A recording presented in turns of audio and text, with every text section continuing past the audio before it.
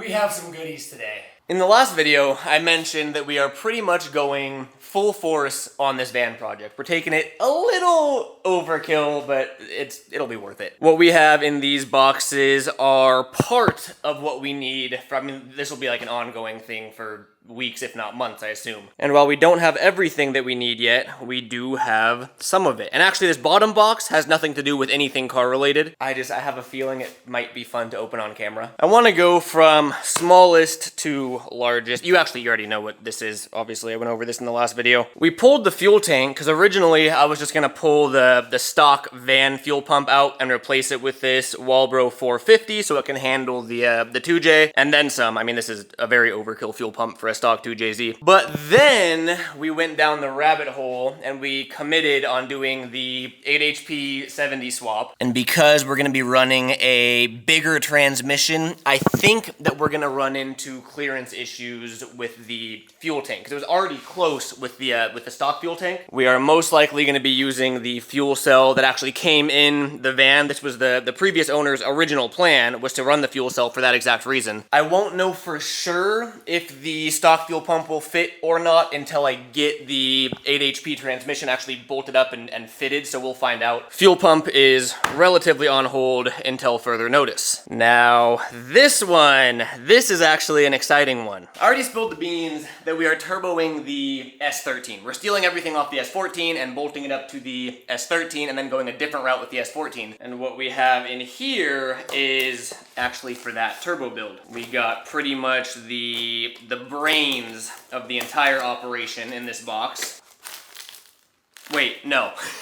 Wrong box! Okay, hold on. This is still for the S13, actually. It's just not what I thought it was. A little bit less exciting. It's literally just another fuel pump. In here, we actually have a Walbro 255, which is smaller than the 450, obviously, but still plenty. I could have gotten away with this for the van, actually. I just wanted to future-proof the van. This is for the S13, because once we turbo the S13, you're gonna need a stronger fuel pump, which is this right here. Same thing in the S14. That's just one of the supporting mods that we will need to turbo that car. So, it's a full kit for an S chassis, so it comes with everything you need to get that all in there, like you need to. Again, I guess that wasn't that exciting. This, however, is the one that I thought the other one was. So again, this is for the S13, and this is the brains of the turbo operation. Oh God, packing peanuts. They're gonna go everywhere. The brains. A bit of a funny story behind this. Wow, they really packed that thing in here.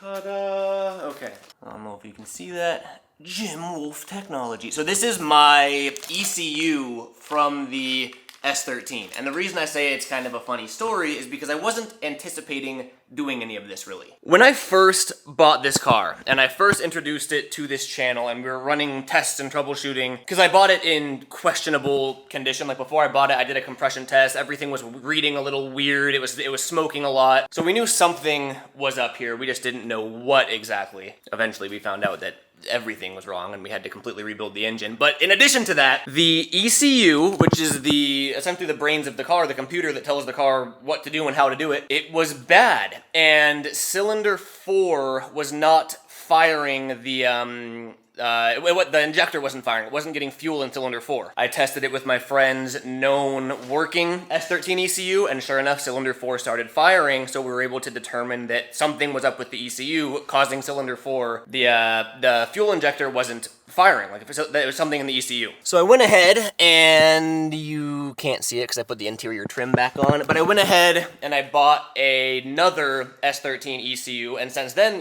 after rebuilding the engine, car works great. But that meant that I had a broken or damaged stock S13 ECU that was just sitting in the shop. And I was thinking, well, I could pull it apart, try to see if I can find any corrosion and solder it and try to fix it and maybe sell it as a stock ECU. Or I could send it in to get repaired prepared, but if I'm already going through all that effort, maybe I just have them tune it for a turbo setup too. Jim Wolf Technology is who I went through for the S14 ECU as well. For those that aren't familiar with it, if you make any modifications to a car, but if you turbo a car that's not supposed to be turboed, you need to also essentially tell the car that you made those changes, otherwise it won't function properly. There's two ways to go about that. The better way is to go standalone ECU, so you get rid of the stock ECU that came with the car completely, you get a standalone ECU, and then you can go to a tuner and you have full control over just about everything, and you can tune it accordingly. The cheaper route, which is the route that I went for the S14, is to get, I don't even technically really know, it's like a piggyback tune or like a chip tune. Essentially they take your stock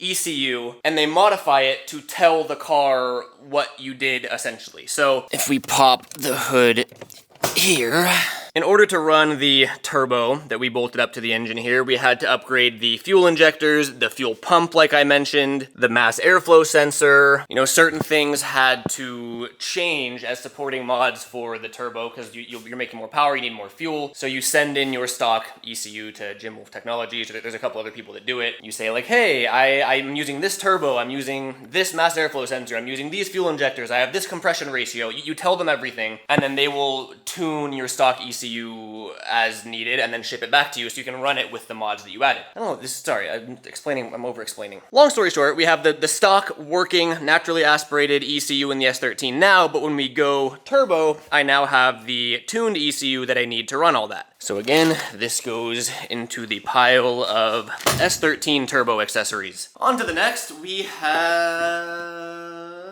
I don't remember what this one is. Gauges maybe? Yeah, okay. We have our AEM wideband AFR gauge. This measures the air-fuel ratio. This is for the van. It's not really needed yet because we're still on the stock 2JZ GTE. We haven't gone big single turbo or anything. More so of just like peace of mind to see how the engine's running. It'll tell you if it's running too rich or too lean. Again, this is more on the future-proofing side. If I do decide to big single turbo it ever, it's always good to just know how your engine's running. And then in the box, we also have an AEM fuel pressure regulator for the van because if you remember, that fuel pressure regulator is broken. So, this goes to the van pile. Ugh! This one I am excited about. We're getting to the fun stuff now. In the last video, I mentioned that whole air-to-water intercooler situation, and if you don't know what I'm talking about, you can go watch that video because I explain it better. I had never heard of an air-to-water intercooler until about 3 days ago, so this is going to be my first time ever seeing the setup in person and kind of figuring out how it works. Oh. We have hose. We have hose. I believe this is to run the coolant from the radiator, not the van radiator, from the intercooler radiator, which should be in this box, to the intercooler itself. Again, this concept is new to me, so if I'm getting things wrong, I'm sure I'll figure it out. This, given the way that these little foam blocks are mounted, I think this is the intercooler itself, actually. I took measurements, I measured twice for once in my life, and I think that this should fit. It's always a little nerve-wracking actually getting a physical product and hoping that it actually does fit. Oh yeah, wow, this thing's tiny, and in a good way. Oh, what a trip, dude. So this is an intercooler, believe it or not. That is bizarre. I've never seen such a thing. What a trip. Yeah, no, this size is perfect though. Wow. That's fascinating, to be honest. That's so interesting. So let me explain this a little bit. This is the intercooler that is currently on the van, and this is pretty much how most intercoolers work. You suck air in through the intake, the air goes through the intercooler, and then the air flows through the intercooler, cooling the air from the intake, which then goes into your engine. This is on the smaller side of an intercooler, which is why I wanted to upgrade it regardless. If we head over to the S14 here, you can see there is the intercooler. Like that's a normal size intercooler that I'm used to, but we're not really gonna fit something this size in the van. So it is crazy. Like there's no fins. I'm so used to seeing fins on a radiator. Oh, look at the size difference, dude. What a trip. That does not look like an intercooler to me. That's so interesting. You notice on the sides here, we have where the intercooler piping mates up to, similar to a regular intercooler that I'm used to. But instead of having fins for airflow, which this doesn't have, you actually have ports on the bottom and on the top for coolant lines, which I'm assuming are in here. Okay, here's some things. We have some brass fittings for the hoses. I don't know what's in here. Oh, right, duh, a pump. So this is actually a water pump that we have to mount somewhere, and this pushes, or pulls or pushes, I forget. This moves the water from the radiator, that we'll talk about in a sec, through these hoses into the intercooler. So we'll put this nicely back in the box for now. I'm gonna go out on a limb and assume that this is the intercooler radiator that I keep talking about. Again, this size looks perfect. So the kit that I bought, I pieced it together with different pieces. It's rated supposedly for up to 600 horsepower, which in the van we're probably gonna keep this 2JZ stock, like with the stock twin turbos. I don't think we're gonna go big single turbo in the van unless, it takes off on social media. And even if we did go big single turbo, like we're not gonna be making 600 horsepower. This should be plenty, but this company has kits all the way up to like 2,000 horsepower. They're massive. Wow. I don't know, this is very, very, very fascinating to me. It's new. Yeah, it's a little radiator. Here it is. So this looks like, any normal radiator, except this isn't for the car. This is actually just for the intercooler. So the intercooler now has its own radiator. Looking under the van, you can see that is the current radiator for the actual van. Like, that thing is small. And the radiator for the intercooler is pretty much the same size, and because we're gonna be moving our radiator to the back of the van and replacing it with this girthy boy over here, that's gonna free up all of this space, which is how we're gonna run this stuff. Essentially, air is going into this radiator, which is then cooling the coolant that's flowing through that radiator. That cooled coolant goes to the intercooler, and the hot air that's going into the intercooler gets cooled by that water. And then the water-cooled air from the intercooler goes out of the intercooler into the engine. Without holding anything up, I am very happy with the size of this. It looks like it should fit perfectly. We have hose clamps for obvious reasons. And we have one more box. What is this? Oh, right, duh, okay. We then have a fan for the radiator. Very cool. I'm excited for this. And then lastly, I don't think this box has anything to do with cars. There's obviously a lot of perks to being an influencer. One of which, brands and companies just sometimes send you free things with no strings attached. Like, I don't have to post about this. It's what they call gifting, and it's just, like, they kind of hope that you post about it for promotional reasons. And I'm pretty sure this is from Call of Duty. Oh, I gotta show you guys this. Yo, is that, yeah, dude, that's actual wood, too. That's sick. Yo. It looks like it came with a mini crowbar to open this crate up. Actually, I wanna go like that. Oh, wow. Whoa, wait, is that ramen? Dude, we have ramen. What? Came with a little note here. I never thought that Call of Duty would be sending me ramen noodles. All right, so we got some kimchi ramen. We have some bamboo salt candy. We have, I'm not gonna lie, I don't know what this is. And then what do we have? Whoa. Whoa, what's going on here?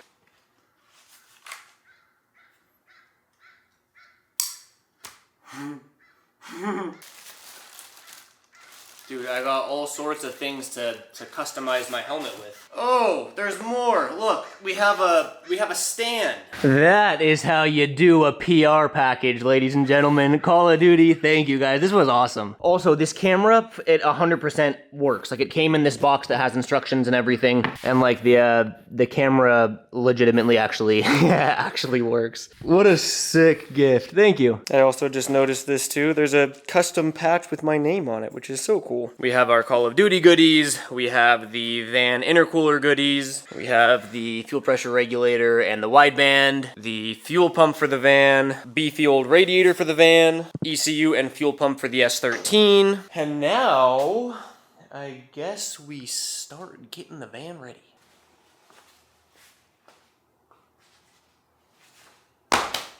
Okay, we're ready. Before I realized you could pull off that whole panel that covered the exhaust side of the engine, I thought you couldn't reach the radiator cap at all. Then I found out that whole panel does come off with the seat and everything, and it opens up a ton of space in here. And then you can see that the previous owners sort of cut an access for the radiator cap, except it's still like, A, you risk slicing your fingers off when you remove the radiator cap, and then B, they didn't really open it up enough. But I thought for sure there wasn't gonna be coolant in this thing. Come on. See what I mean though? It's such a pain. There it goes.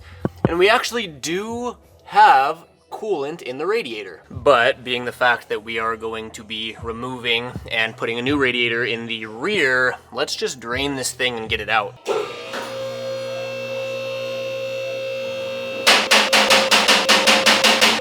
There is no drain plug on this radiator, so it looks like we're gonna have to drain it by just disconnecting the hose here. And I can pretty much guarantee that we are not gonna do this without making a mess. I'm trying to figure out how to minimize the mess here, but I think we just accept the fact that we're gonna make a mess. Oh, my mouth, it's in my mouth! Oh! Oh! No! Oh! This is not the most efficient way to do this! Oh, God! Oh! Ah! Ah! Okay. I guess good thing I put on the coveralls. Oh, I'm so icky and sticky. Well, I did say that I was going to make a mess. I probably should have popped that hose off and then cracked the radiator cap. Whoops. Now we just gotta remove the bracketing that they added. I think there's one on the oh, there's more cooler. I think there's one on the top and that's it. Alright, there's one. I think there is one more. Okay, so radiator should be free minus that hose. No, oh, God damn it. Okay. I think the radiator's completely free.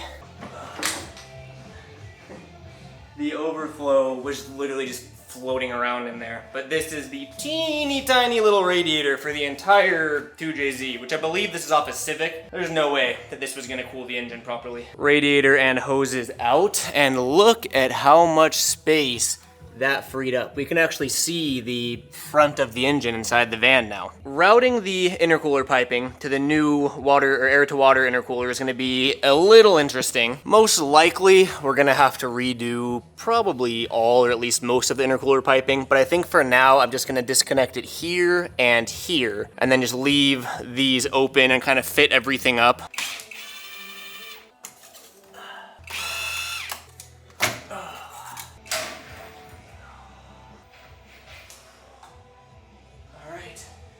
Intercooler, tiny little intercooler, is free. And then we are gonna plug these up just to be safe. All right, and then I got the water neck plugged too, and then same with that one there. So everything is plugged. This is obviously like a very, very rough fitment, but I mean, this can kind of go like anywhere in here. Oh, actually, dude, look at this. If we stick it like way up in here, almost to exactly where the radiator was sitting. I don't know if you guys can see anything, but we just need 190 from the intercooler piping here, and then 190 here, and it should actually mount up pretty nice. And then the radiator for the intercooler, we do want this to get some airflow, so this can kind of almost go exactly like the old intercooler was. The lowest point on the car is actually the oil pan, which that's, you know, dangerous to begin with. I do want to fab up some sort of skid plate or barrier blockade for that. But I'm thinking for mounting any of this stuff, as long as it's not lower than the oil pan, it should be okay. Obviously I want it high, but you need airflow from the front. This is the transmission cooler, which I'm not sure if this will work with the 8 HP that we're swapping in, or if I'm gonna have to get a separate oil cooler. But regardless, you can see this thing is mounted, you know, horizontal or parallel to the ground, and then it has these vents to help funnel air in there. Like I keep saying, this is my first time doing a air to water intercooler, so I gotta look into, because I'm used to radiators being, you know, with the fill cap at the top. I gotta look into like if I can mount these parallel or at a slight angle, and then look into how that works with the fill cap and whatnot. But off the top of my head, I was either thinking like stack it with the transmission cooler if it can be parallel, or even just slightly, you know, like that I believe should still be higher than the oil pan, and then maybe work on more ducting to funnel air in there. Or I mean, I could like stuff it up here more. The other option is to stuff it way up in here. Like this is where the Civic radiator sat before. Like the drain plug is in the cabin right now. So I mean, we could mount that there and then have the intercooler in front of that. I just don't know if like how much airflow these really need. But we do have options for this. Like if it can go up there, that might be ideal actually, just for filling. But if I can get away with mounting it, you know, parallel somewhere, that might be, I could hide that a bit better. But again, just more research. It's actually so much nicer. Like I can fit my head up to where the radiator was. I can see like everything I need to see now. I couldn't really see any of this stuff before, either just to clean or to see what I'm looking at. All of that is like the fan control wiring and whatnot. Looks like our power steering reservoir is just zip tied to the intercooler piping there. And then it also looks like that hose has definitely seen better days, so we're probably gonna replace that. But yeah, I mean, being able to see everything is actually hugely helpful. Anyway, that was some good progress. These cover rolls are nice, but it is so hot. Can you see the precipitation in my face? This is what all we removed. Well, I removed the cluster and stuff for something unrelated, but we just removed this stuff. This stuff is gonna be going in, and then that's going in the back. So I think I'm just gonna tinker with placement of both of those, do some research on how much airflow the intercooler radiator actually needs. I gotta go watch some YouTube videos so I can pretend I know what I'm doing. All right, I was up pretty late last night brainstorming as well as talking to some friends that are like professional fabrication people, not myself. We have some ideas. I started roughly mocking some stuff up just using zip ties and trying to get things to sit how I want them. One of the big issues that we're, I don't want to say running into because I think I've already bypassed it, but just like height and clearance. I think I mentioned already, the oil pan sits low. Like I want to say we got maybe 3 or 4 inches. That's like 8 inches, right? Of ground clearance, but we know that the oil pan is the lowest point on the entire build. So I'm kind of basing everything off of that. So as long as this, the bottom of this is higher than the oil pan, we're okay. I do want to fabricate some like skid plates and everything because I don't like how low everything sits. But again, that's separate. Our new intercooler does not need airflow. There's no fins or anything. This can kind of be wherever it fits. What does need airflow though is the radiator for the intercooler. Because again, it's a water to air or air to water intercooler. So all of the intercooler cooling comes from this radiator. Originally, I was pretty happy with this placement here. That's gonna get decent airflow. And there's also, it came with a fan that's gonna go on the back here. But then I was looking at this, and I think I showed you guys, this is the transmission cooler. I also noticed that it's literally just zip tied on here, like nothing's actually bolted in. We've already committed to the 8 HP swap, so we're gonna be running a whole different transmission and probably, most likely, a whole different transmission cooler. I wanted to pull this whole assembly off and just get it out of the way for now and possibly push the intercooler radiator forward, because with this forward, we might actually be able to line up with the intercooler piping we already have pretty easily. I mentioned that my initial plan was to have the intercooler, you know, somewhere up in there. And not that it's hugely important, but that is blocking like any natural airflow to the engine. And I feel like if I can have this up more, kind of mating up with where the intercooler piping is now, that still gives the engine some breathing room. To start, I want to pull this transmission cooler, which means we have to drain our transmission. Pretty soon here, we're just going to pull the transmission because, again, we've already committed to the 8 HP swap, but we also need to get this rear radiator mounted somewhere up here, like I mentioned, and I want to run some aluminum hard lines up to the engine, and I want this transmission here, even though it's not the same dimensions or proportions or anything, I just want a transmission in place so I can kind of work my piping around that. I'm curious what the transmission fluid is going to look like, to be honest. Okay. And then we'll just pop off the lines from the hard line here. There's one. There's two. Oh, yes. Great. Love that. Okay. And then we will just crack these. Okay, there's that. Okay, we got it. After a bit of tinkering, I have what I believe is actually a really good place for the radiator. It's sitting above the oil pan, so that's the oil pan there, so clearance should be okay. Obviously, it'll get ample airflow because it sees the world from underneath the van bumper there. Obviously, it's just rigged up using some zip ties right now, but my favorite part is that it's actually usable with the radiator cap on it. Originally, I thought I was gonna have to block that off and do some sort of remote fill cap because I thought the intercooler was gonna be higher than that fill point. But the way that it sits now, we have a ton of space between the intercooler radiator and the engine itself. And because the intercooler itself doesn't need airflow and it can be pretty much oriented however we want, what I was thinking is instead of having it mounted vertically, we actually mount it horizontal like this, but we just have this somewhere like right there, and that actually lines up with the piping. So just keep an eye on these blue towels here and these blue towels here, because as of now, that's the current intercooler piping. If we mount this, you know, somewhere like that, we need a 90 for this one, and then some sort of configuration for that one. But like placement-wise, that actually, I believe that works. So if that's flat here, you can see the fill cap is much higher. Oh wait, that's not the fill cap. The fill cap's over there. But that's way higher than the intercooler, which makes the fill point the highest point of that closed cooling system, which means we won't need a remote fill. Let's see if this works. Yeah. I mean, obviously super rough. Intercooler radiator.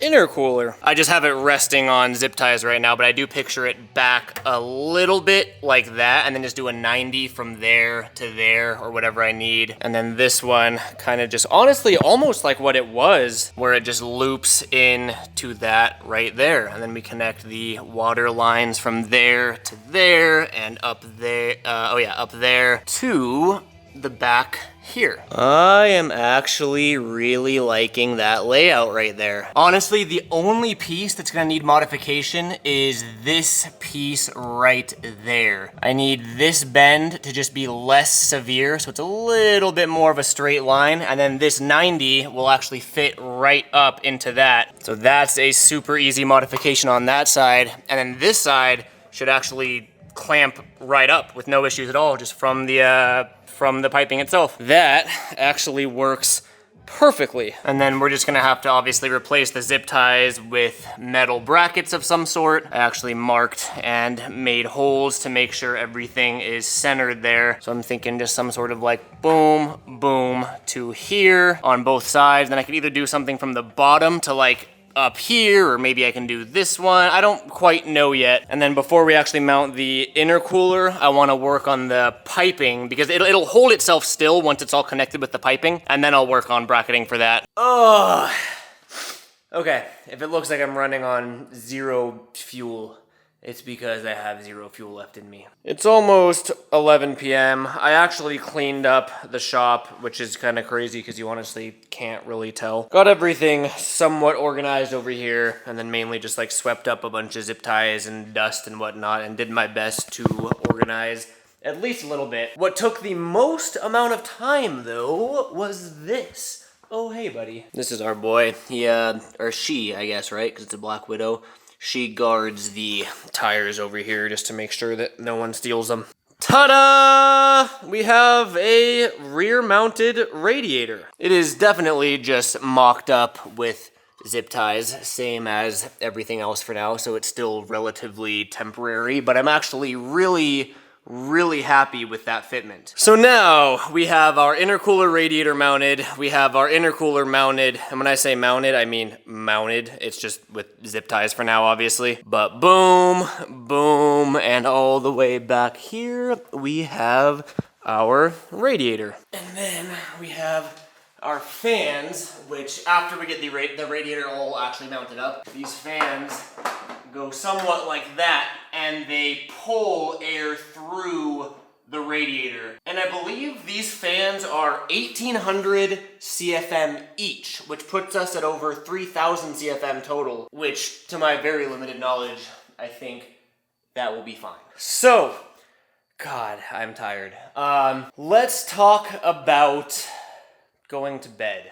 Let's talk about filling this. Normally, the radiator cap should be the highest point in your cooling system, and then you bleed it through the radiator cap using a funnel or whatever you decide to do. Our radiator is mounted well below our engine up there, so the radiator cap is not going to be the highest point on the system. This is super common with either like low profile radiators or especially rear mount radiators. Usually you don't bleed from the radiator itself because it's too low. Originally, my plan was to either use the hole that they cut or, you know, probably cut something off to the side here and route the plumbing through there and have an expansion tank in the actual van itself, like on the interior. So then when you wanted to fill your coolant or check your coolant or bleed your coolant, you do that all from inside the van itself. I pictured like a nice little wall-mounted expansion tank, but I have another idea. One way or another, we have our upper water neck there, and then we have our lower water neck there where the blue towel's coming out of. Both of those have to get routed to that upper port on the radiator with the red cap on it, and then this port right there. The right way to do it is to use like weld-on AN bungs, weld those to the water nets, weld those to the radiator, and then do braided steel lines throughout the bottom of the car. Those fittings are like $80 to $100 each, and then the braided steel line adds up very quickly, and you're looking at hundreds, if not thousands of dollars in fittings and hoses alone. Maybe one day, you know, it'd be nice. The channel picks up, we're making some good money, sure, we'll ball out like that, but not today. The next best option is to use aluminum hard lines, which this is not aluminum hard line. This is just a mild steel tubing, but this will serve for demonstration purposes. Essentially, this gets mounted wherever you decide on the bottom of the car. We use our tubing bender that we have over here to bend our tubing, kind of similar to how we make the bash bars. You can see there's some tubing bends there. We can calculate and bend as required. So I mean, let's say this is here. It would bend, you know, maybe 75 degrees down, which would then in turn line it up with that port there, and then you just run a, you know, 1 foot run of hose to that hard line there. That hard line would go the entire distance of the car, making whatever bends and whatnot are required. In our case, eventually weaseling its way right through there and up into the water neck. But where I was going with that is the whole fill situation. There are companies that sell kind of like remote fill, I have no words left in my brain. Here's a picture of it. It essentially raises your fill cap to be the highest point in your cooling system. So that would run right after our water neck. You'd have, what, a couple of inches of hose, and then that fill cap, which would be roughly right about there, which would be the highest point in our entire cooling system. And then the output of that would then go beep, and tie into our hard line, which is gonna be right about here. And then same thing for this one, it would bend down and we'd run a hard line all the way back to the port on the radiator back there. I'm not saying it's gonna be easy. I'm assuming it will take multiple attempts with the tubing bender, which I'm not looking forward to because aluminum tubing, it is a lot cheaper than braided steel line, but it's still not cheap. But that is how we are gonna do it. And then we have the fan for the intercooler radiator, we have the hose, we have the fittings, we have the inline water pump somewhere in there, which I'm thinking because we have so much free space in here now, we can mount that water pump, you know, on the frame rail right here, just anywhere in line to pressurize or to get flow throughout this whole system here. It may look like crazy haphazard all over the place right now. This is just what my brain needs to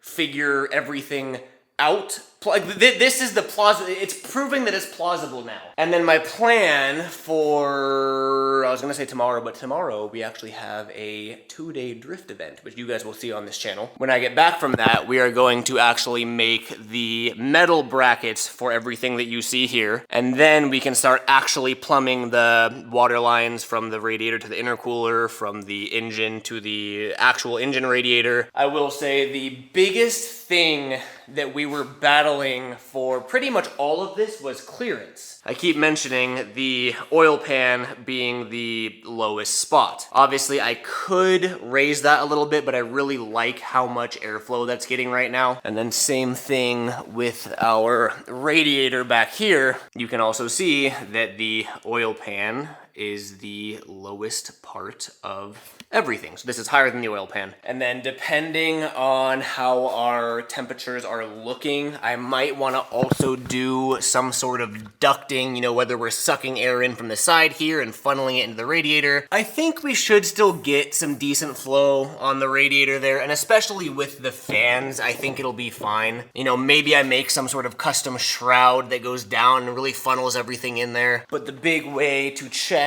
clearance, at least, is to lower the van until the suspension is actually compressed. So right now the lift is not making contact with the van. And you can see, we actually do have a fair amount of clearance. You can see what I mean about the oil pan being the low point though. Let me grab the light. You know, I mean, it could definitely be worse. That's what, maybe that's like 6 or 7 inches, honestly. So as much as I want to slam the van, that's pretty much as low as I want to go comfortably. But boom, airflow, boom, decent clearance. People are gonna see that little thing in the front of the van and be like, oh, is that your cute little tiny radiator? No, that's my air intercooler radiator, because we have a 2J in here. Sorry, I'm tired. And then in the back, again, radiator is mounted. And the radiator actually sits lower right now. Can you even see it?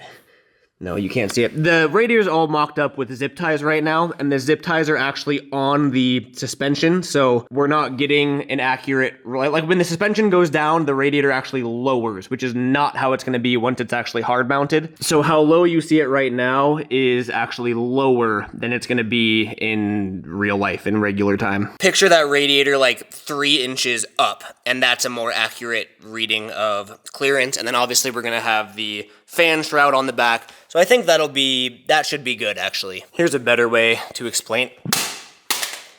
Perfect. A better way to explain the clearance is we take our tape measure from the oil pan all the way down. We have 64 inches, so that is our lowest point. And then for reference, from the intercooler radiator, we have just about 67 inches, so that is indeed higher than the, whatever that thing is called that I keep saying. Oil pan, God, I'm tired. Oh, here's what I mean. So you can see the radiator is zip tied to the leaf springs right now, so obviously that fluctuates as everything compresses. But how I plan on mounting it, we have, again, pretty much exactly 67. So it's pretty much the lowest point on the radiator is the exact same as the lowest point on the intercooler radiator, which is both higher than the oil pan, which is our #1 goal. So, forgive me, if this outro is low energy, because I am low energy. I mentioned in one of the previous videos that like I am more excited for this van project than I have been in a really long time, and I was hoping that that excitement was contagious and that you guys were as hyped as I was. Seeing your comments and feedback on the past couple van videos shows me that you guys are excited about this. The feedback has been phenomenal. Everything's been performing awesome, which is so cool as a content creator. I know I've been getting comments, people like, dude, I'm only here for the van. The second you pull the 2J out, I'm gone. And like, I feel that, I understand. Hopefully, those of you that are only here for the van will find entertainment in the drift car stuff and